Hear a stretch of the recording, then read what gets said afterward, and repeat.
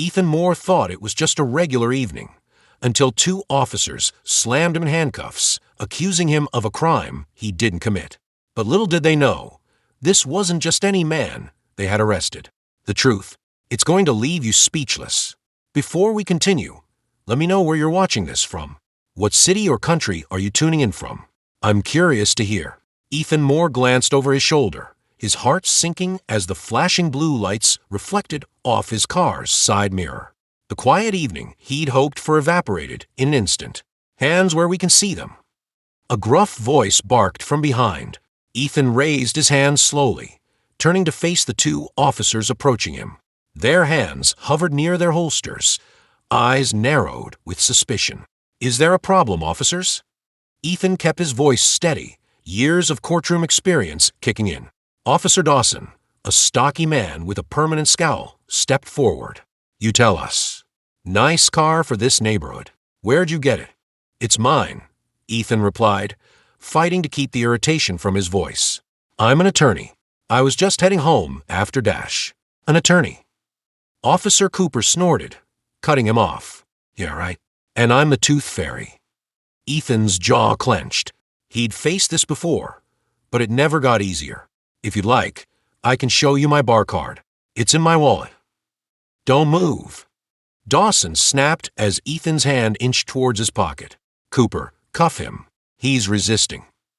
"What?" "No, I'm not Dash." Ethan's protests were cut short as Cooper roughly spun him around, slamming him against the car. The cold metal of handcuffs bit into his wrists. A small crowd began to gather on the sidewalk, murmuring and pulling out phones. Ethan caught the eye of a young woman filming the scene. "Please keep recording," he called out. "This is a wrongful arrest." Dawson grabbed Ethan's arm, yanking him towards the patrol car. "Shut up and get in." As they shoved him into the back seat, Ethan's mind raced. This wasn't just about him anymore.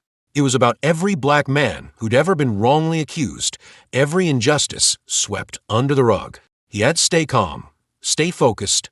This was a fight he couldn't afford to lose. The precinct buzzed with activity as Dawson and Cooper marched Ethan through the doors. Officers glanced up from their desks, some with curiosity, others with indifference. At the booking desk, a young officer with kind eyes looked up. Her nameplate read McNeil. "Name?" she asked, her voice softer than Ethan expected. "Ethan Moore," he replied, meeting her gaze. Recognition flickered across Officer McNeil's face. "Moore. As in the attorney who just won the Thompson case." Before Ethan could respond, Dawson cut in. "Don't let the smooth talk fool you, McNeil. He's just another thug trying to steal cars."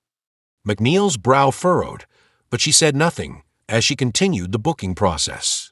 Lieutenant Ava Morrison strode out of her office, her crisp uniform a stark contrast to the chaos around her. "Dawson, my office. Now." As Dawson followed Morrison, Ethan caught snippets of their conversation. "High-profile arrest, media circus. Sure about this?" Dawson's response was low, but Ethan caught the words thug and teach him a lesson before the office door slammed shut. Cooper roughly guided Ethan towards the holding cells. As they passed a row of desks, a phone rang. The officer who answered it shot a worried glance at Ethan. "Sir, there's a crowd gathering outside. They're demanding Moore's release." Cooper's grip on Ethan's arm tightened. "Looks like your fan club's here," he sneered. As they approached the holding cell, a man inside locked eyes with Ethan. Recognition, then fear, flashed across his face. "Well, well," the man drawled as Cooper shoved Ethan inside. "If it ain't the famous Ethan Moore. Didn't expect to see you on this side of the bars." Ethan straightened his jacket, ignoring the stares from the other occupants. "And you are?" The man grinned, revealing a gold tooth. "Let's just say I'm a business associate of your new friends out there." He jerked his thumb towards the officers. Ethan's mind raced. This man knew something about the corruption he'd been investigating. Before he could press further, the man lunged at him, grabbing his collar. "You think you're so smart, don't you?" he hissed. "Poking your nose where it don't belong. Well, you're in our world now, pretty boy." Ethan broke free, pushing the man back. Touch me again, and you'll regret it. The commotion drew Cooper's attention. He banged on the bars. Settle down in there. As the tension in the cell simmered, Ethan's thoughts turned to the gathering crowd outside. Their presence might be his only leverage. Meanwhile, in a quiet corner of the precinct, Officer Laura McNeil hunched over her computer, fingers flying across the keyboard. Something about Moore's arrest didn't sit right with her. She'd read about his work, his dedication to exposing corruption within the system. Why would a man like that risk it all for grand theft auto? She pulled up Dawson and Cooper's files, scanning for any red flags. As she dug deeper, her blood ran cold. There were discrepancies in their reports, unexplained absences, and a pattern of arrests that never seemed to stick. A shadow fell across her desk. She quickly minimized a window, looking up to see Lieutenant Morrison. "Everything all right, McNeil?" Morrison's tone was casual, but her eyes were sharp. "Yes, ma'am," Laura replied, fighting to keep her voice steady. "Just finishing up some paperwork." Morrison nodded, her gaze lingering on Laura's computer screen. "Good. We need everyone on their A-game tonight. Things could get messy." As Morrison walked away, Laura's mind raced. She had to find a way to help Moore, but how? And who could she trust? Back in the holding cell, Ethan paced, his mind working overtime. He needed to get a message out, to let someone know what was happening. But how? His opportunity came when an officer arrived to take another detainee for questioning. As the cell door opened, Ethan locked eyes with a young man in the hallway, clearly a first-time offender scared out of his wits. "Hey," Ethan called out softly.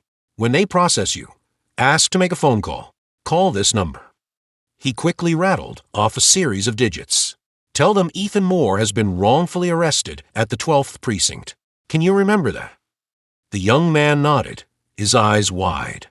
As he was led away, Ethan silently prayed the message would get through.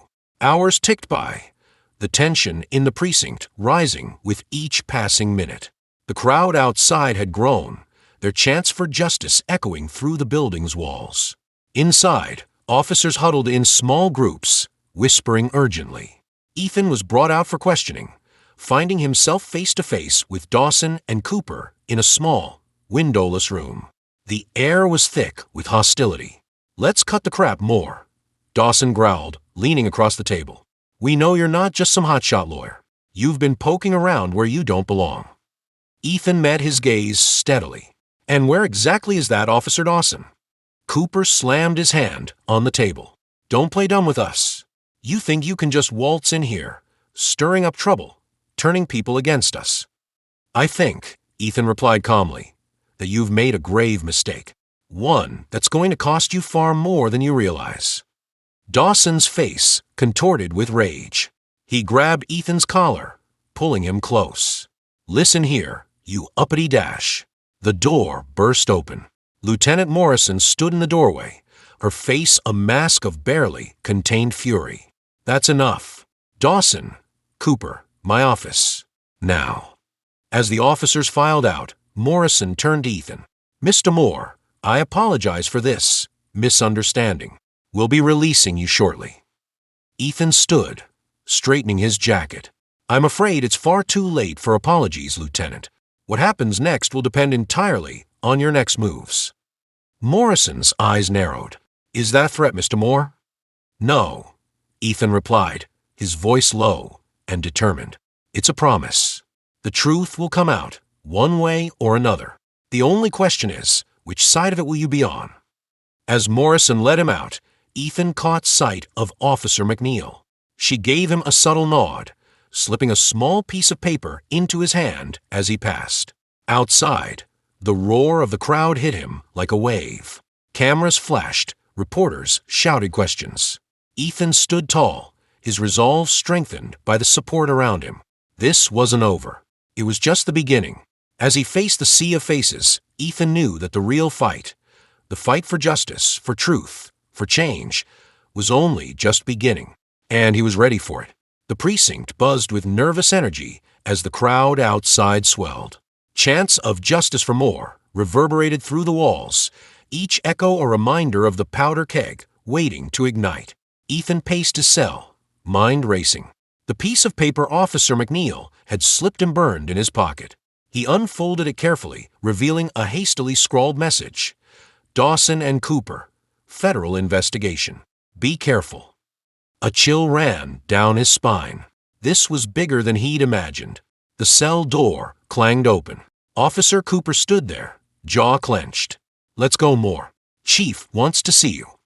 As they walked, Cooper's hand gripped Ethan's arm tightly. You think you're so smart, don't you? Got the whole city worked up over nothing. Ethan met his gaze steadily. Is that what you tell yourself to sleep at night, Cooper? That this is nothing? Cooper's face flushed with anger. He shoved Ethan against the wall, leaning in close. Listen here, you uppity dash. Cooper. Lieutenant Morrison's sharp voice cut through the tension. That's enough. The chief is waiting.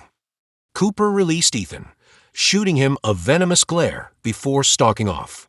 Chief Marcus O'Leary's office was a stark contrast to the chaos outside. The man himself sat behind an imposing desk, his face a mask of carefully controlled neutrality. Mr. Moore, O'Leary began, I hope you understand the gravity of the situation we find ourselves in. Ethan straightened his jacket. I do, Chief, though I suspect we have very different perspectives on it. O'Leary's eyes narrowed. This misunderstanding has spiraled out of control. The media is having a field day. If we don't get ahead of this misunderstanding. Ethan interrupted, his voice sharp. Is that what we're calling racial profiling and police brutality now? The chief's facade cracked, anger flashing in his eyes. Watch yourself, Moore. You're on thin ice. No. Ethan leaned forward, palms flat on the desk. You're on thin ice. This isn't going away, Chief. The truth will come out, one way or another. A tense silence filled the room. Finally, O'Leary spoke. What do you want, Moore? I want justice. Not just for me, but for every person who's been wrongly targeted, arrested, or worse. I want a full investigation into Officers Dawson and Cooper and anyone else involved in this corruption. O'Leary's laugh was bitter. You've got some nerve, coming in here and making demands. You have no idea what you're up against. Maybe not, Ethan conceded, but I'm willing to bet neither do you. As Ethan was led back to his cell, he caught sight of Officer McNeil. Their eyes met briefly, a silent understanding passing between them. Back in the holding area, Ethan found himself face to face with the man who had confronted him earlier. The man's earlier bravado had faded, replaced by a nervous energy. Hey, lawyer, he hissed, glancing around furtively. I need to talk to you. Ethan approached cautiously. I'm listening. This goes deeper than you know. Dawson, Cooper, they're just the tip of the iceberg. There's a whole network, man. Drugs, weapons, you name it. Ethan's mind raced. Why are you telling me this? The man's eyes darted around. Because I'm in too deep, and I want out. But I need protection. You help me. I'll tell you everything I know. Before Ethan could respond, a commotion erupted in the hallway. Officer Dawson burst in, face red with fury. You, he shouted, pointing at Ethan. What did you do? Ethan stood his ground. I haven't done anything, officer. Unlike some people in this precinct. Dawson lunged forward, grabbing Ethan's shirt. You think you're so clever, don't you? Well, let's see how smart you are when I dash, Dawson. Lieutenant Morrison's voice cracked like a whip. My office. Now. As Dawson was led away, Ethan caught sight of Officer McNeil slipping something into his cell. A file folder. Hours passed. The tension in the precinct continued to build. Ethan pored over the documents McNeil had provided, each page revealing more of the corruption festering within the department. A shadow fell across his cell. Officer Cooper stood there, a malicious glint in his eye. Comfortable, Moore? Don't get too settled. We've got some new evidence coming in that might extend your stay. Ethan met his gaze calmly. Is that so? And what evidence might that be, Cooper? More of your fabrications. Cooper's smile was cold. You'll see. Hope you like orange, counselor. You'll be wearing it for a long time. As Cooper walked away, Ethan's mind raced. They were planning to plant evidence. He had to act fast. Outside, the protest had grown. News vans lined the street, reporters clamoring for any scrap of information. Among the crowd, a familiar face caught Ethan's eye. His paralegal, Sarah, held a sign high: "Free Ethan Moore. End police corruption." Inside, Officer McNeil approached Ethan's cell cautiously. "Mr. Moore," she whispered, "I think I've found something, but it's dangerous. If they catch me, dash." Ethan leaned close to the bars.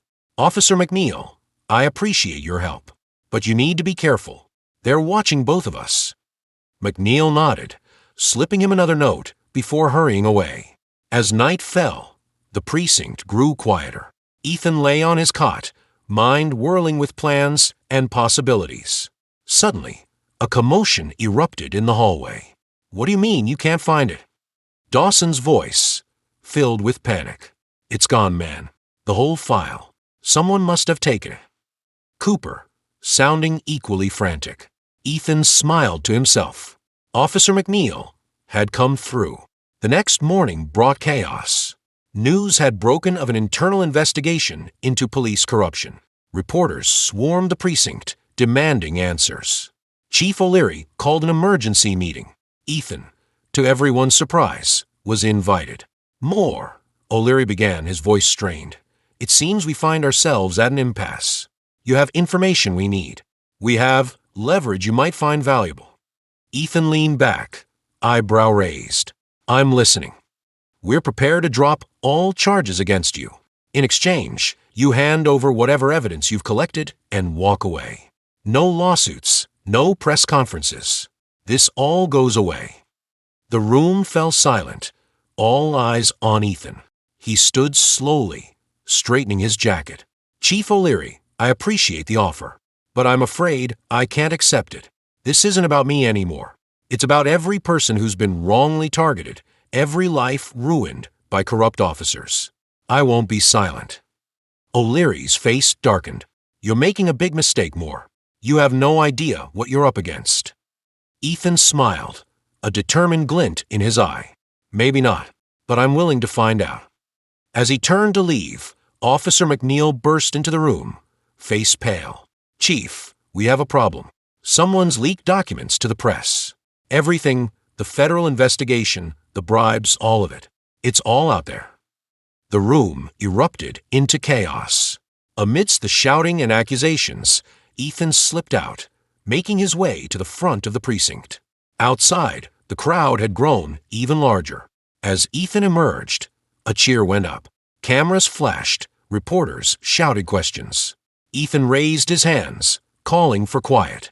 As the crowd settled, he began to speak. "Today, we stand at a crossroads. For too long, corruption and injustice have festered within our police department. But today, we say enough. Today, we demand change." As Ethan continued, he caught sight of Dawson and Cooper being led out in handcuffs. Their eyes met, a silent battle of wills. Ethan's resolve strengthened.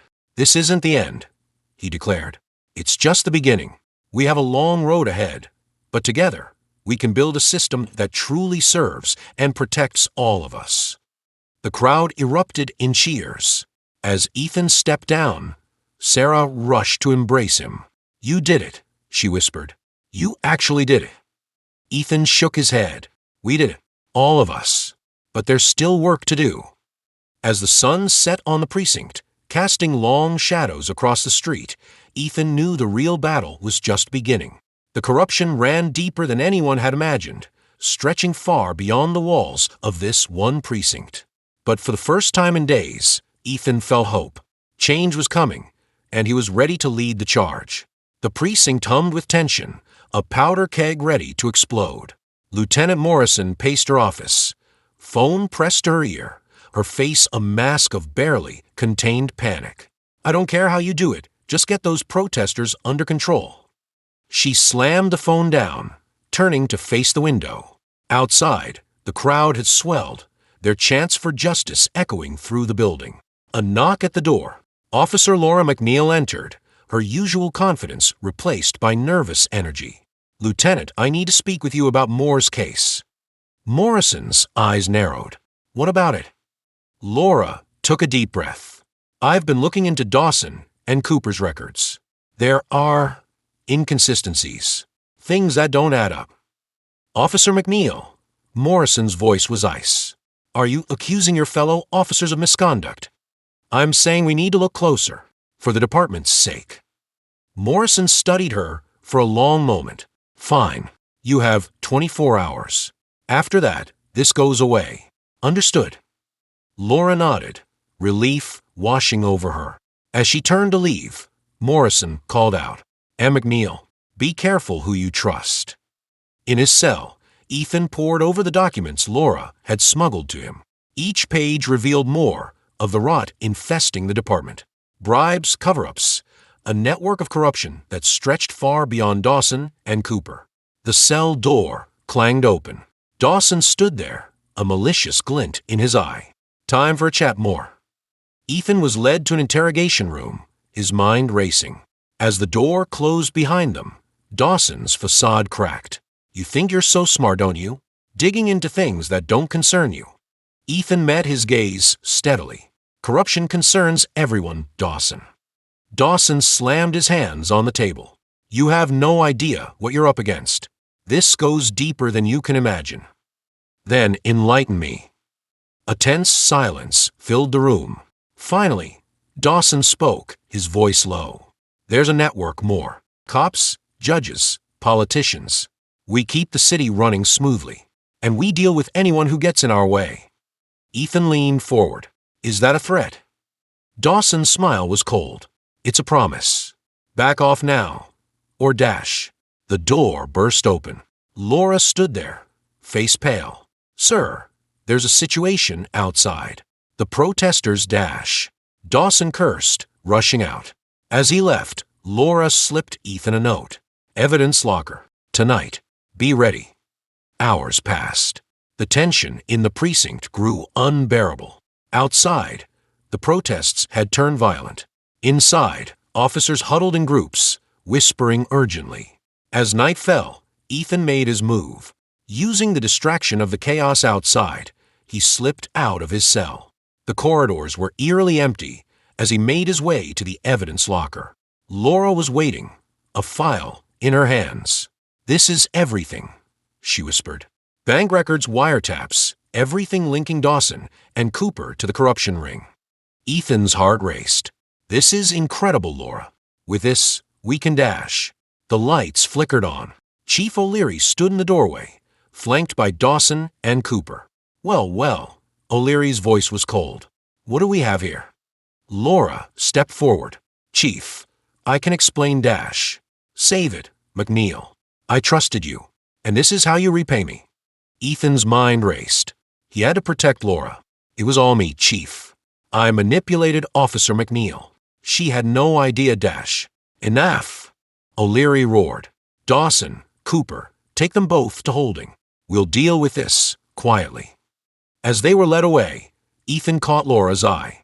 A silent understanding passed between them. This wasn't over.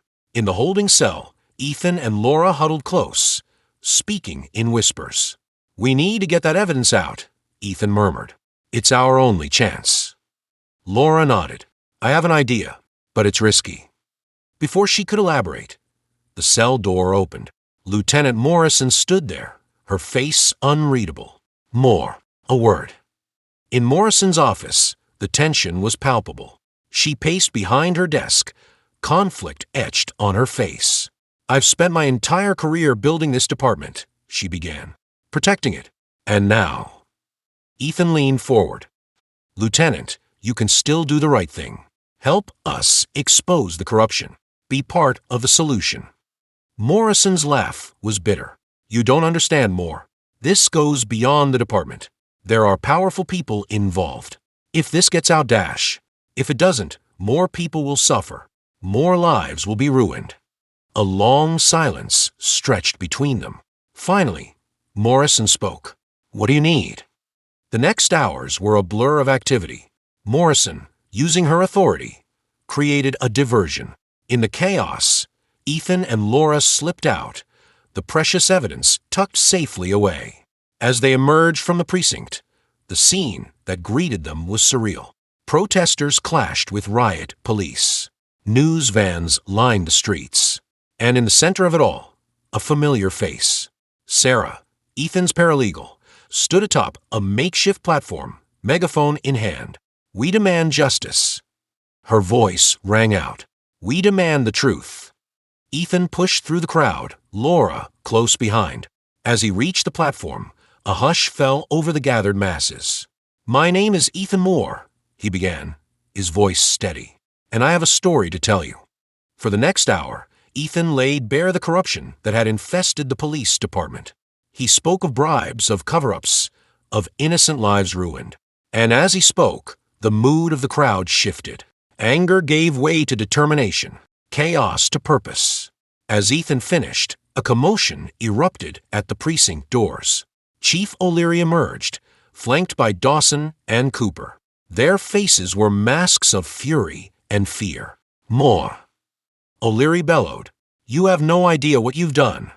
Ethan stood tall, meeting the chief's gaze. "I know exactly what I've done, Chief. I've told the truth." What happened next would be debated for years to come. Some say Dawson reached for his gun.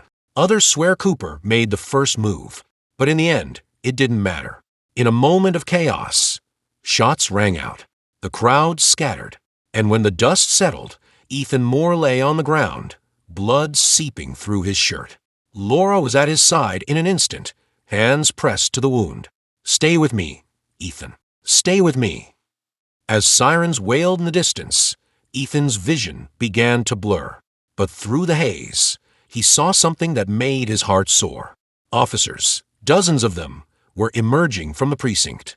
But they weren't moving to arrest the protesters. Instead, they were turning on their own.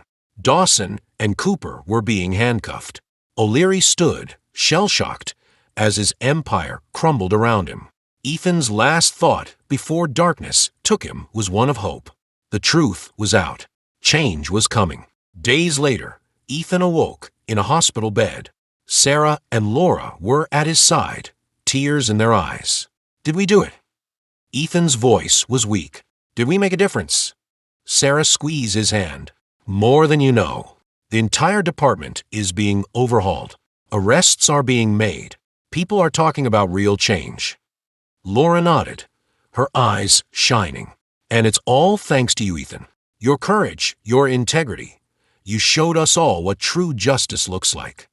Ethan closed his eyes, a smile playing on his lips. The fight wasn't over. The road ahead would be long and difficult.